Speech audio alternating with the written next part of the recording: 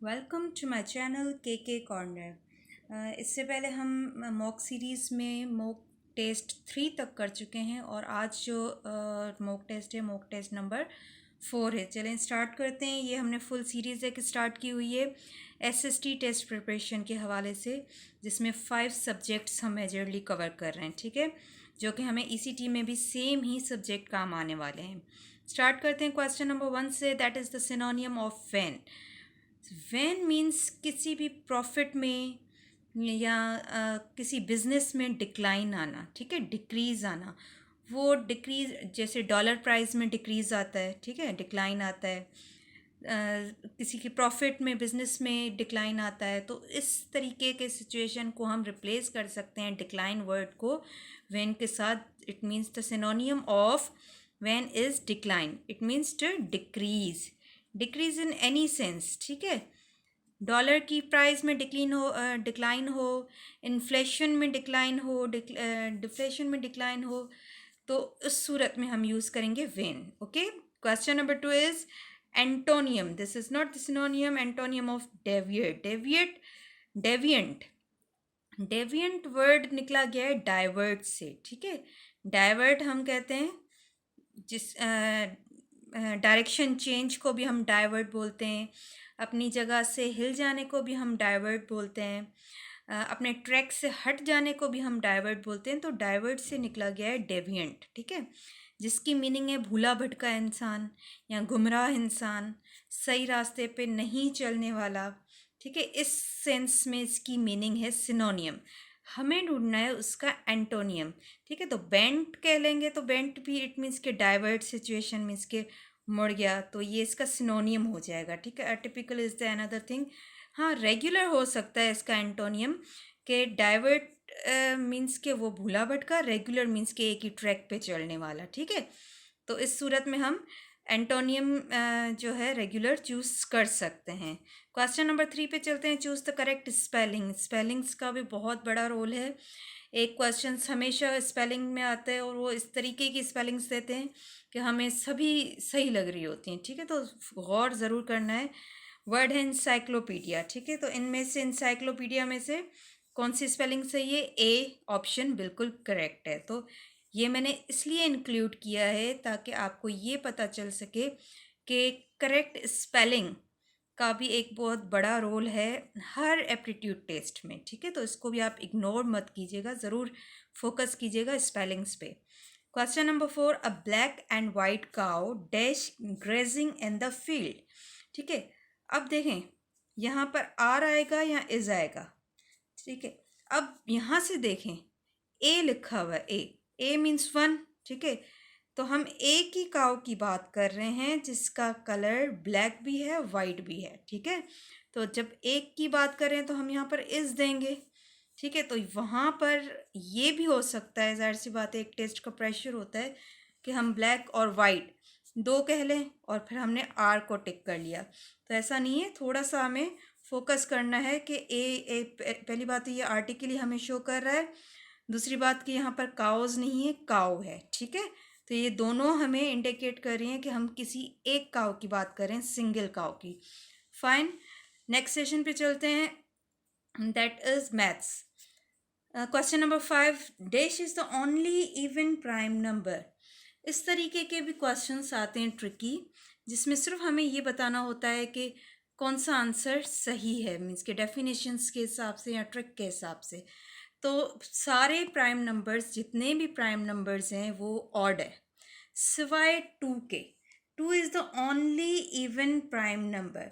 Prime numbers कौन से होते हैं? जिनके सिर्फ और सिर्फ 2 फैक्टर्स हों, सिर्फ और सिर्फ 2 फैक्टर्स हो। एक तो वो नंबर खुद इट्सेल्फ और 1 एंड इट्सेल्फ, हम इस तरीके से बोलते हैं, ठीक है। तो वो नंबर्स जिनके फैक्टर्स सिर्फ 2 हों, 1 और number itself, these are the prime numbers. और जितने भी प्राइम नंबर्स हैं वो ऑड हैं सिवाय 2 के। तो 2 is the only even prime number. Fine, question number 6 है। That is root square root of 2 is an dash number. अब देखें square root of 2 is not the perfect square. जैसे 4 अगर होता तो हम इसका परफेक्ट स्क्वायर 2 है, तो 2 is simply a natural number भी हो सकता है, होल नंबर भी हो सकता है, हम इसको रियल नंबर्स भी बोल सकते हैं, इंटीजर भी बोल सकते हैं, ठीक है। अब बात है स्क्वायर रूट ऑफ 2, तो ये परफेक्ट नहीं है। तो सबसे पहले तो हमें ये पता करना है कि इस तरीके के नंबर्स को हम कहते क्या हैं। इस तरीके के नंबर्स को हम कहते हैं इरेशनल। अब बात है कि रेशनल नंबर्स कौन से हैं और इरेशनल नंबर्स कौन से हैं, ठीक है। रेशनल नंबर्स वो होते हैं, नेचुरल नंबर्स भी जो है रेशनल नंबर का पार्ट है, नेचुरल नंबर्स, होल नंबर्स वो भी रेशनल नंबर्स का पार्ट है, ठीक है। सारे फ्रैक्शंस वो भी नेचुरल रेशनल नंबर्स हैं, ठीक है। सारे परफेक्ट स्क्वायर रूट, परफेक्ट वाले स्क्वायर रूट भी इसी का पार्ट है। सिर्फ वो नंबर्स जो परफेक्ट स्क्वायर रूट नहीं है, और दूसरी बात उनका जो आंसर है उनकी दो निशानियां हैं। अगर इनका आंसर एक तो नॉन टर्मिनेटिंग आए, नॉन टर्मिनेटिंग, ठीक है, दूसरा नॉन रिकरिंग आए, रिकरिंग, ठीक है। जैसे फॉर एग्जांपल किसी भी नंबर का आंसर है 1.42685 और कंटिन्यू है, ठीक है। अब इसमें दो सिचुएशन है, एक तो ये कंटिन्यू मीन्स के टर्मिनेट मीन के टू स्टॉप नहीं हो रहा, ठीक है। तो एक सिचुएशन बन गई मीन्स के स्टॉप नहीं हो रहा। दूसरा देखें रिपीट नहीं हो रहा वर्ड, ठीक है। ऐसा नहीं है कि 1.333333 इस तरीके से नहीं है। अगर ये भी नॉन टर्मिनेटिंग है लेकिन इसमें नंबर रिपीट हो रहे हैं, तो ये दोनों कंडीशन अगर मैच हो रही हैं तो उस सूरत में ये इरेशनल है। अगर दोनों सिचुएशन मैच नहीं हो रही है तो वो रेशनल नंबर हो जाएगा, ठीक है। मैं दोबारा रिपीट कर रही हूँ, ऐसे नंबर्स, ऐसे डेसिमल नंबर्स जिनका आंसर एक तो नॉन टर्मिनेटिंग हो, स्टॉप ना हो, दूसरा वो रिपीट ना हो वर्ड्स, ठीक है, अलग अलग हो, तो दोनों कंडीशन अगर मैच हो रही हैं तो उस सूरत में हम उस नंबर्स को कहते हैं इरेशनल नंबर्स, ठीक है। अदरवाइज वो नंबर सारे रेशनल में चले जाएंगे। रेशनल में सारे इंटीजर्स आते हैं, नेगेटिव नंबर्स भी रेशनल नंबर्स का पार्ट है, पॉजिटिव नंबर, ज़ीरो, सारे perfect squares, natural number, whole numbers सारे रेशनल नंबर्स का पार्ट है। इरेशनल का पार्ट सिर्फ ये दो कंडीशंस हैं, इनको मैच करना है। Fine, hope you understand. Question number 7 पे चलते हैं। Find the value of x. ये एक इक्वेशन है, उसमें से एक वैल्यू निकालनी है एक्स की। सिंपली हम इसको सॉल्व करके देखते हैं, यहीं पर सॉल्व हो जाएगी। 3x हमने वही रखा, ठीक है। ये प्लस का इस तरफ चला गया तो हमारा हो गया माइनस में, ठीक है। 3x रिमेन सेम, कितने बच गए, 10 - 7 3, ठीक है। अब देखें ये यहाँ पर स्टिल मल्टीप्लाई में इस तरफ चला जाएगा तो डिवाइड में हो सकता है, तो x square root 3 divide by 3 is equals to 1। अब स्टिल हमारे पास x की वैल्यू नहीं है, रूट x है हमारे पास, हमें वैल्यू निकालनी है x की। तो हमें पता है कि अगर हमें इसका रूट रिमूव करना है तो हमें उस सूरत में इस पे स्क्वायर देना होगा 1 पे, ठीक है। अगर लेफ़्ट साइड पे कोई भी नंबर है या वेरिएबल है, इसका रूट रिमूव करना है तो उसके राइट साइड पे जो भी नंबर होता है उस पर स्क्वायर रूट चला जाता है, ठीक है, स्क्वायर चला जाता है। तो हमें x मैंने यहाँ पर खाली लिख लिया, 1 के ऊपर आ गया स्क्वायर, ठीक है। तो 1 का स्क्वायर क्या होता है, अगेन 1 ही होता है, तो that is equals to 1 again. तो 1 A option is correct. Fine, question number 8 पे चलते हैं। A polynomial of degree 1 is called dash polynomials. Degrees होती हैं, ठीक है। फॉर एग्जांपल मैंने एक लिख लिया इस तरीके से इक्वेशन, ठीक है। अब देखें ये दो वेरिएबल्स हैं, इनमें से मैक्सिमम जो डिग्री होगी हम उसको फोकस करेंगे, ठीक है। मैक्सिमम किस पे है एक्सपोनेंट, इस पे 2, तो इसकी डिग्री कहलाएगी 2 डिग्री। ऐसा नहीं होगा कि 2 इसकी और 1 इसकी, 3 नहीं। तो जो मैक्सिमम पावर होगा हम उसको कंसीडर करेंगे एज अ डिग्री, ठीक है। अगर मैक्सिमम पावर यहाँ पर पूछा गया 1 है तो इस तरीके से कोई इक्वेशन हो सकती है x + 1, ठीक है, तो जिसकी डिग्री 1 है। तो ऐसी इक्वेशंस को हम कहते हैं लीनियर इक्वेशंस, ठीक है। अगर डिग्री 2 हो, 2 डिग्री हो, डिग्री कितनी हो, 2 हो, तो उस सूरत में उसको हम कहते हैं क्वाड्रेटिक। अगर डिग्री 4 हो तो हम कहते हैं बायक्वाड्रेटिक, अगर डिग्री 3 हो तो हम कहते हैं क्यूबिक पॉलिनोमियल। ठीक है, तो कोई भी डिग्री आ सकती है, तो हमें पता होना चाहिए। सिंगल का यहाँ पर पूछा गया है, 1 का पूछा गया है, तो हम लीनियर सिंपली बताएंगे। आगे चलते हैं जीके सेक्शन की तरफ, that is current affairs and Pakistan study also included in it. Question number 9. Originally, the total numbers of countries included in TAPI gas pipeline project. ठीक है, अब इसका फुल फॉर्म क्या है? Turkmenistan, Afghanistan, Pakistan, India. इसी से पता चल रहा है कि 4 कंट्रीज इंक्लूडेड हैं इस पाइपलाइन प्रोजेक्ट में। तो आंसर क्या हो गया? 4। ठीक है, ये एक पाइपलाइन बिछी थी, गैस पाइपलाइन, जो कि तुर्कमेनिस्तान से क्रॉस होती हुई Afghanistan and then Pakistan and then India जाती है, जिसका मकसद है कि नेचुरल गैस को एक्सपोर्ट करना। ठीक है, इस पाइपलाइन की जो लंबाई है वो 1800 किलोमीटर है, तकरीबन 1800 किलोमीटर। Fine. Question number 10. The silk road a new history of the world is written by, ये एक बुक है जो लिखी गई थी पीटर फ्रैंकपेन की तरफ से। ठीक है, ये बहुत फेमस बुक है जिसपे सिल्क रोड को as a history of the world बताया गया है, new history of the world. और सारा इस पर जो काम है वो सिल्क रोड के अबाउट इंफॉर्मेशन पे है। ठीक है, चलते हैं फर्दर नेक्स्ट पोर्शन पे, नेक्स्ट क्वेश्चन पे मूव करते हैं, that is question number 11. How many countries does the prime meridian pass through? इससे पिछली वाली मैंने टेस्ट में इंक्लूड किया था कि how many countries pass through the equator. ठीक है, इक्वेटर से पास होती हैं, इक्वेटर होता है ये लेटीट्यूड लाइन। ठीक है, तो इससे 13 कंट्रीज पास होती हैं। ठीक है, अब बात करें मेरिडियम, तो ये होती है लॉन्गिट्यूडनल लाइन इस तरीके से। तो इसमें से कितनी कंट्रीज पास हो रही हैं? 8 कंट्रीज पास हो रही हैं। ठीक है, 8 कंट्रीज से पास होता हुआ ये प्राइम मेरिडियम, ये भी एक इमेजिनरी लाइन है अर्थ पे। ठीक है, question number 12. International women's day is celebrated each year. ये डेज़ में इसलिए इंक्लूड कर रही हूँ क्योंकि तकरीबन एक क्वेश्चन हमारा डेज से ज़रूर आता है। ठीक है, तो हम एक एक भी कवर करेंगे तो काफ़ी डेज हमारे कवर हो जाएंगे। तो this is celebrated on 8 March. ठीक है, 8 मार्च।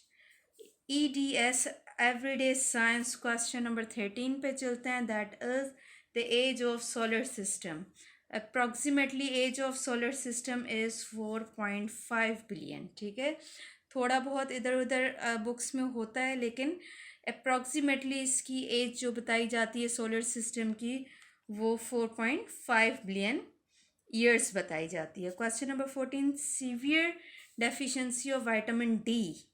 विटामिन डी की वजह से रैकेट्स की एक बीमारी होती है जो कि हड्डियों की बीमारी है। ठीक है, जिसमें हड्डियां बिल्कुल कुरकुरी हो जाती हैं, बिल्कुल कमज़ोर सी पड़ जाती हैं। अच्छा, विटामिन सी की कमी की वजह से स्कर्वी, ये भी एक बीमारी है जो कि गम्स, दांतों में जो गम्स है ना, उनकी बीमारी है, उसमें से ब्लीडिंग बहुत ज़्यादा होने लग जाती है और इतनी सीवियर कंडीशन वो होने लग जाती है ब्लीडिंग के, उसकी ट्रीटमेंट सम टाइम पॉसिबल होती है नहीं होती है वो एक अलग बात है।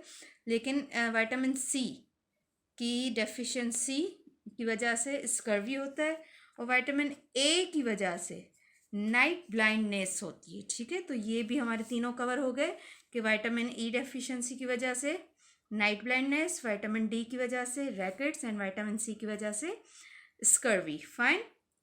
Question number 15. ऐसा यूनिट ऑफ चार्ज, ऐसा यूनिट्स भी आते हैं। ठीक है, चार्ज का यूनिट क्या है? कूलम। चार्ज का यूनिट क्या है? कूलम। एम्पियर किसका यूनिट है? इलेक्ट्रिक करंट का। ठीक है, इलेक्ट्रिक करंट। ठीक है, ये इलेक्ट्रिक करंट का यूनिट है। ओहम, ओहम जिसकी सिंबल को इस तरीके से सिंबल्स भी आती हैं। ठीक है, तो सिंबल्स को इस तरीके से, जो कि इलेक्ट्रिक रेजिस्टेंस, इलेक्ट्रिक रेजिस्टेंस इसका एसआई यूनिट है, standard unit. Fine. Question number 16 पे चलते हैं। According to the WHO world health organisation, the industrial limit of the sound in the industries must be 75 decibel. ये शॉर्ट फॉर्म है decibel का, कि industries हों या कमर्शियल एरियाज़ हों या साइलेंट एरियाज़ हों, उनका एक रूल है कि WHO ने एक रूल्स बनाए हुए हैं कि कितने डेसिबल वॉइस या साउंड वहाँ पर क्रिएट कर सकते हैं हम, ठीक है, ताकि वॉइस नॉइस पॉल्यूशन ना फैले। तो डे टाइम के मुताबिक 75 डेसिबल और 70 डेसिबल नाइट टाइम में, ठीक है। तो ये डिफरेंट है, कभी कभी नाइट और डे का अलग अलग आ जाता है। और अगर कमर्शियल एरिया की बात करें, कमर्शियल एरिया की, ठीक है, तो that will be the 65 for day time, ठीक है, और 55 for the night time. Commercial areas की बात कर रही हूँ। और साइलेंट एरियाज़ जो होते हैं, जहाँ पर रिहाइश पजीर लोग होते हैं या और कोई काम भी हो सकता है, तो साइलेंट एरिया में जो लिमिट है वो डे टाइम की 50 डेसिबल है, ठीक है, डेसिबल, और नाइट टाइम में 40 डेसिबल। तो ये भी याद कर लें, तीनों कवर हो गए, ठीक है। ये है इंडस्ट्रियल, ये कमर्शियल और ये silent area. Fine. Next portion पे चलते हैं, that is last portion, computer. The shortcut की ऑफ द प्रिंट प्रीव्यू। ये तो प्रिंट की है, सिंपल। अगर हमें प्रिंट देनी है तो कंट्रोल P करते हैं। प्रिंट प्रीव्यू हमें चेक करना है तो कंट्रोल F2 करते हैं, ठीक है, control F2। Question number 18, HTTP hyper text transfer protocol, ठीक है, तो ए हो जाएगा hyper text transfer protocol. Fine. Question number 19, what is the exe file of power point. एक होती है एक्सटेंशन, एक होती है एक्जी फाइल। एक्जी मीन्स के एग्जीक्यूट करना, रन करना, स्टार्ट करना।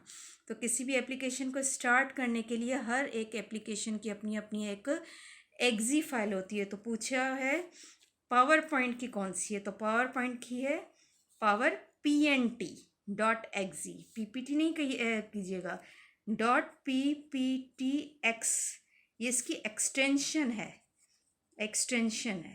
हमसे पूछा गया है एक्जी फाइल। तो एक्जी फाइल में PPT नहीं होता, एक्जी फाइल में पावर PNT होता है, .exe। फाइन। चलते हैं लास्ट क्वेश्चन की तरफ। The first computer was programmed during using machine language, ठीक है, मशीन लैंग्वेज को यूज़ करते हुए फर्स्ट कंप्यूटर को प्रोग्राम किया गया था। Fine, thank you so much. ये थी हमारी मॉक टेस्ट नंबर 4। फर्दर और भी टेस्ट हमारे पास आती जाएंगी, हम सॉल्व करेंगे, सिंपल टू कॉम्प्लेक्स चलेंगे। Stay connected with my channel. अगर आपने मेरा चैनल अभी तक सब्सक्राइब नहीं किया तो kindly subscribe my channel. Thank you.